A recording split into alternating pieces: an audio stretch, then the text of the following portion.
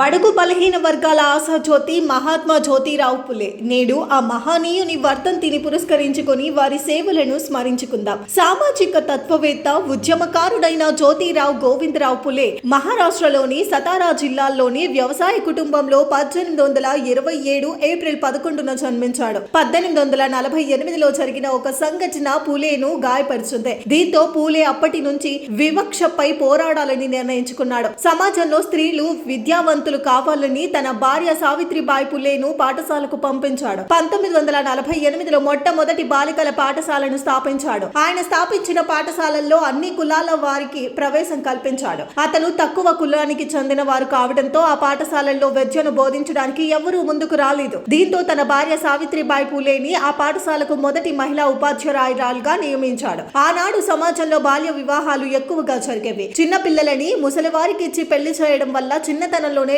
మహిళలు వితంతువులయ్యేవారు. దీంతో వితంతు వివాహాలను చేయాలని ప్రజల్లో చైతన్యం తీసుకువచ్చాడు. 1880లో భారత ట్రేడ్ యూనియన్ ఉద్యమ పితామహుడు లోఖండేతో కలిసి రైతులను, కార్మికులను సంఘటితం చేసేందుకు ప్రయత్నించాడు. సమాజానికి ఇన్ని మంచి పనులను చేసిన ఆయన దీర్ఘకాల జబ్బుతో బాధపడుతూ 1890 నవంబర్ 28న తుది శ్వాస విడిచాడు. నేడు ఆ మహనీయుని వర్ధంతిని పురస్కరించుకొని విశ్వ భారత్ ద్వారా ఇవే మా నివాళులు. జై భారత్, వందే విశ్వ భారత్.